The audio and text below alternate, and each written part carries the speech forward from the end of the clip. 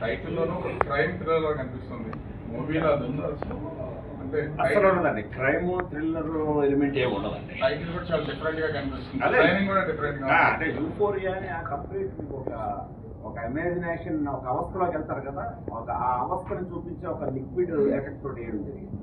Sir మీ సినిమాల్లో మొత్తం అన్ని కూడా విలన్ క్యారెక్టర్ చాలా బలమైంది, హీరో కంటే విలన్. మరి ఈ సినిమాకి సంబంధించి అసలు ఎలా ఉంటుంది?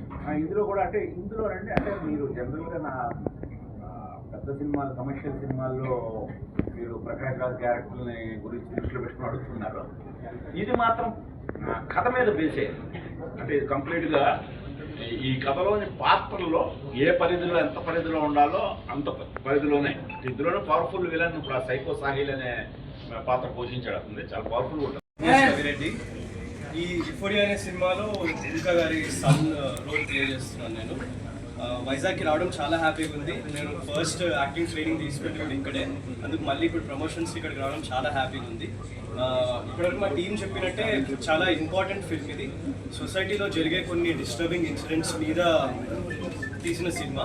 పేరెంటింగ్, అడిక్షన్ ఇలాంటి కొన్ని థీమ్స్ మీద ఫోకస్ చేస్తుంది. అంత పెద్ద డైరెక్టర్ గారి డైరెక్షన్లో నాకు ఈ రోల్ రావడం, దీనికి మల్టిపుల్ షేడ్స్ ఉండడం, ఒక యాక్టర్గా చాలా సాటిస్ఫై అయ్యాను, చాలా హ్యాపీగా ఫీల్ అవుతున్నాను. అలాగే మా ప్రొడ్యూసర్స్ నీలిమా గారు, రాగిణి గారు, ఇక్తా గారు ఇంత ఆనెస్ట్ సినిమాని బ్యాక్ చేయడం, నాలాంటి ఇంకా 20-25 కొత్త కాస్ట్ని ప్రొడ్యూస్ చేయడము చాలా లక్కీ అండ్ చాలా అప్రిషియేట్ చేయాలి వాళ్ళని. కంటెంట్ని అంత నమ్మితే కానీ అలాంటి స్టెప్ వాళ్ళు తీసుకోరు. అదండి, thank you so much. It's a very honest and bold subject. చాలా గట్స్ ఉండాలండి ఇలాంటి సబ్జెక్ట్ని ప్రొడ్యూస్ బ్యాకప్ చేయడానికి. And sir, thank you for this opportunity. And because of you gonna be very good. Thank you for doing this film.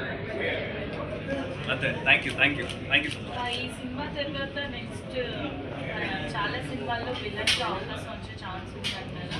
అంటే మీ character ఇందులో చూసాను. అంటే నేను ఇప్పుడు ఆనెస్ట్గా స్ట్రైట్ ఫార్వర్డ్గా చెప్పాలంటే విలన్గా ఇది ఒక సినిమాలోనే కనబడతారండి. మళ్ళీ విలన్ అనేది హీరో అని కాదు, బట్ నాకు నెగిటివ్ షేడ్స్ అంత కష్టం అండి. గుణశేఖర్ గారి సినిమా కాబట్టి బుద్ధున్నాడు ఎవరు వదులుకోవడానికి సినిమాలు అండ్ కాబట్టి చాలా పెద్ద ఈవెంట్ చేశాను.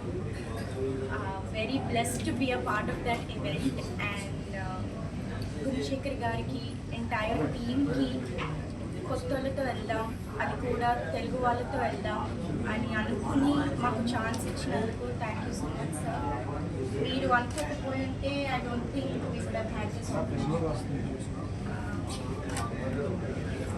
యూఫోరియా గురించి చెప్పాలంటే చాలా ఇంపార్టెంట్ అయిన సినిమా. నాకు కథ చదివినప్పుడు చాలా సర్ప్రైజింగ్గా అనిపించింది, చాలా షాకింగ్గా అనిపించింది.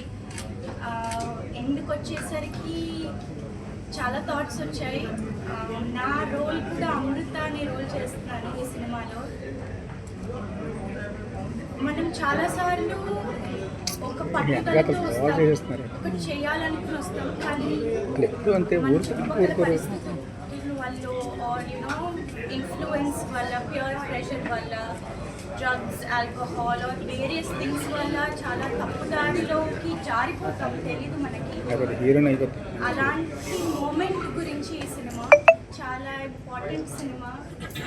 Very happy to be a part of all this. So మీ అందరికీ కూడా నచ్చుతుంది అనుకుంటున్నాను. అలాగే సార్ చెప్పినట్టు పేరెంటింగ్ గురించి కూడా ఉంది ఈ సినిమాలో. We really hope you all like it and watch it on website.